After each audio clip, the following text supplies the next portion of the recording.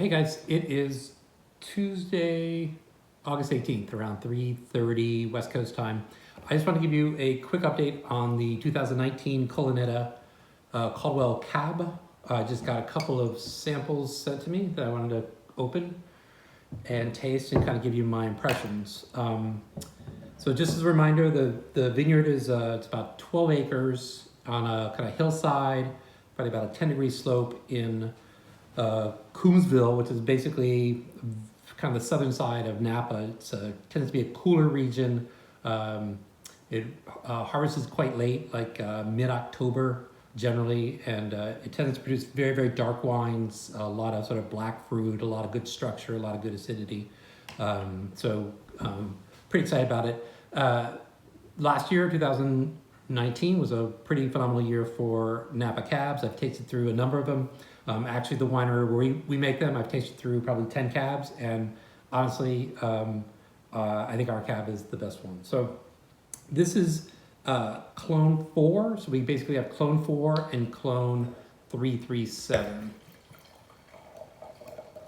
So I'm not sure if you're going to be able to tell the color from this, but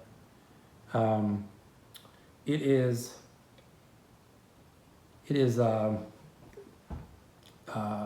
pretty opaque, very, very, very dark ruby, purple.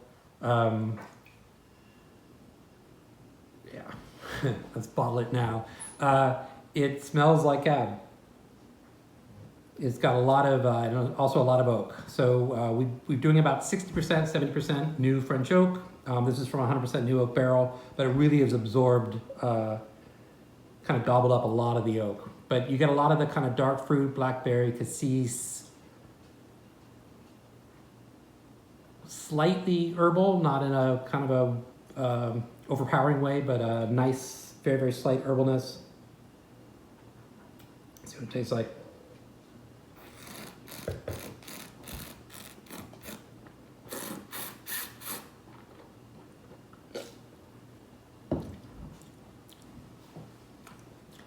So nice. So really, really nice acidity. We actually didn't make any acidity adjustments to clone 4. We brought this one in earlier. Had pretty good acidity profile coming in, so we didn't make any adjustments. Really, really good tannin structure, kind of nice and grippy, but pretty fine grained tannins. We could, yeah, I don't say we could bottle this up, but I don't know, we may bottle this in the springtime rather than the summertime. The current plan is to bottle it in June and blend it with the other clone, which is the 337. And so we did about 4 tons of the clone 4 and only about 1.5 tons of clone 7. Kind of pretty similar, very, very similar color, kind of similar density. Maybe slightly lighter. Clone 337 tends to have not quite as thick skins as clone 4, but it tends to be a little bit more fruit driven,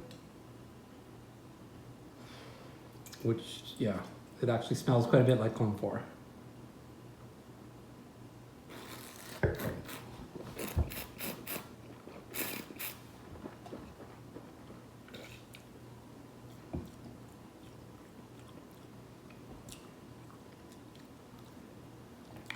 So this wine tastes younger. Surprisingly, it actually is a little bit more tannic, which is not normally a characteristic of 337. But it also depends a lot on the site. So you can have kind of the site-specific characteristics can often be more prominent than the kind of clonal characteristics. The acidity is a little bit lower. I do remember we even made a small acid adjustment to clone 337 because the pH came in quite high. We harvested this about 2 weeks later than the clone 4. It's about the same sugar level, but I remember the pHs were kind of in the high 3.9s, and we really brought it down to kind of around a 3.8 level. So we're going to blend these 2 wines together because we have 4 tons, I think, of the clone 4 and 1.5 of the 337. The clone 4 is really going to dominate. And to tell you the truth, other than a little bit lower acidity in the 337 and slightly less dense, I actually don't get a lot of differences between the two. Yeah, so really both lovely wines. I definitely think this is going to be the best wine that we've made so far. I think so. Yeah, I mean, of the wines that I've tasted at this point, this is the strongest wine in terms of basically density, kind of prominence of fruit, structure, really, really good acidity and more fine-grained tannins. Oh man, and it's got like even a kind of a pencil shavings thing going on. Yeah, I think we're all gonna be super, super excited with this wine.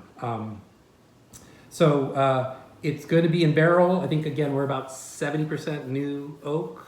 It's going to be in barrel through next June when we will bottle it. So in the springtime, we'll look at the possibility of blending. Usually we're going to blend to try to address some kind of deficit in a wine, right? To beef up the color or flesh out the mid-palate, bring the acidity up or down. This is a really, really solid wine. And I would not be surprised to see this as 100% cab from a single vineyard. Most of the time we do a little bit of blending, but I don't know. I'm really, really excited about this wine. So yeah, not much else to say. It's gonna be a really great wine. So the 2018 Stagecoach and Caldwell are, I've shipped out to probably about maybe 20 or 30 people, but there's over 100 and so on the list. So when it cools down, we'll start shipping again. And then I'm also working on a 2020 project. It's not a guarantee, but if I can find the time to kind of negotiate with a couple of growers I'm talking to, then we'll do another cab in this year. Okay, hope everyone's well. Bye.